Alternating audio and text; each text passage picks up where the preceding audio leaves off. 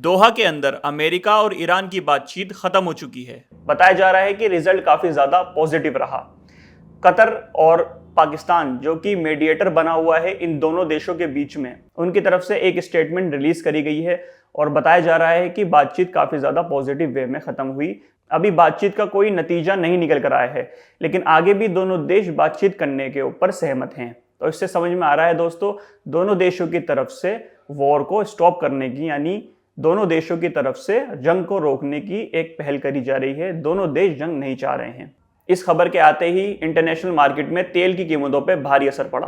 तेल की कीमत अपने ऑल टाइम लोएस्ट में चली गई है इन बीते 4 महीनों में। जंग शुरू होने के बाद से तेल का दाम बढ़ता ही जा रहा था, लेकिन अब जब बातचीत थोड़ी आगे बढ़ी है, थोड़ी पॉजिटिव न्यूज़ हमारे सामने निकल कर आई है, तो वो तेल के दाम फिर से अपने नॉर्मल प्राइसेस पे आना स्टार्ट हो गए हैं। अभी तक 4 महीनों में सबसे ज़्यादा कम तेल के दाम देखे गए हैं दोस्तों। अब देखना यह होगा कि और कितना नीचे दाम जा सकते हैं। अमेरिका और इजराइल के हाथों शहीद हुए आयतुल्लाह अली खामनेई साहब का फ्यूनरल ईरान ने अब शुरू कर दिया है। रिपोर्ट की माने तो ईरान के इतिहास की सबसे बड़ी अंतिम यात्रा अली खामनेई साहब की अंतिम यात्रा होगी। अंतिम यात्रा तकरीबन 6 दिनों तक चलेगी। इसके अंदर ईरान के साथ साथ इराक के कई पवित्र शहरों तक भी इस यात्रा को ले जाया जाएगा।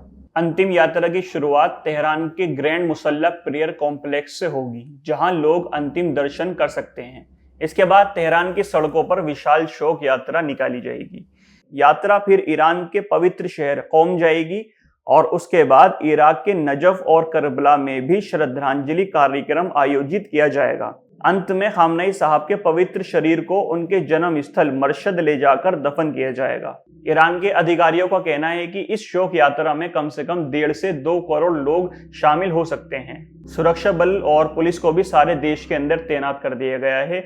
सारा देश अभी हाई अलर्ट पे चला गया है। मीडिया रिपोर्ट्स के अनुसार रशिया, चाइना, इंडिया और पाकिस्तान से कई बड़े नेता इस कार्यक्रम में शामिल हो सकते हैं। इसके अलावा भी 90 देशों के धार्मिक नेता आयतुल्लाह खामनेई साहब को श्रद्धांजलि देने के लिए ईरान पहुंच सकते हैं। दोस्तों, 1000 दिन पूरे हो चुके हैं इजराइल को फलस्तीन के ऊपर जुल्म करते हुए। फलस्तीन को जिस तरीके से इजराइल ने बर्बाद करा है, जिस तरीके से हमारे और आपके सामने इजराइल ने एक पूरा का पूरा जेनोसाइडल वॉर स्टार्ट करा है फलस्तीन के खिलाफ, इसको पूरे हुए 1000 दिन हो चुके हैं। गाजा के गवर्नमेंट मीडिया ऑफिस से कुछ आंकड़े हम लोगों के सामने आए हैं। इन आंकड़ों में बताया जा रहा है कि इजराइल ने 1000 दिनों में क्या क्या करा। 90% से ज्यादा दोस्तों इस वक्त गाजा पूरी तरीके से बर्बाद हो चुका है और 80% से ज्यादा गाजा की जमीन अभी भी इजराइल फोर्सेस के कब्जे में है।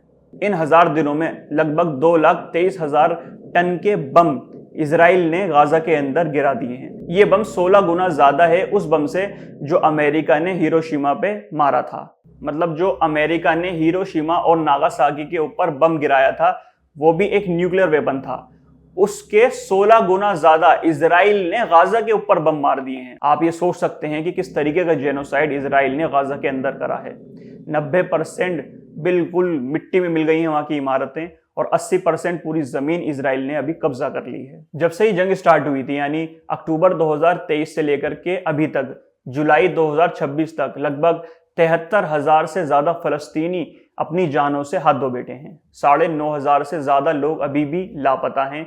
उनका सरकार के पास कोई रिकॉर्ड नहीं है। ये लोग वो हो सकते हैं दोस्तों जो मलबे के अंदर दबे हुए थे, इनको कोई बाहर नहीं निकाल पाया और उनकी कब्रें बेचारों की मलबे के अंदर ही बन गई। दोस्तों, ये वाला आंकड़ा तो और भी ज्यादा भयानक है और डरा देने वाला है, जिसके अंदर 21,500 सिर्फ और सिर्फ बच्चे ही शहीद किए गए हैं और इसमें भी 1022 वो बच्चे थे जो बिल्कुल अभी पैदा हुए थे, बिल्कुल 1-2 महीने के थे। 262 जर्नलिस्ट को इजराइल ने अभी तक मार दिया है। ये वो लोग हैं जो फलस्तीन के अंदर जर्नलिज्म करने गए थे, वहां की न्यूज वगैरह कवरेज करते थे। तो अभी तक 262 ऐसे लोगों को इजराइल की फोर्सों ने मार दिया है।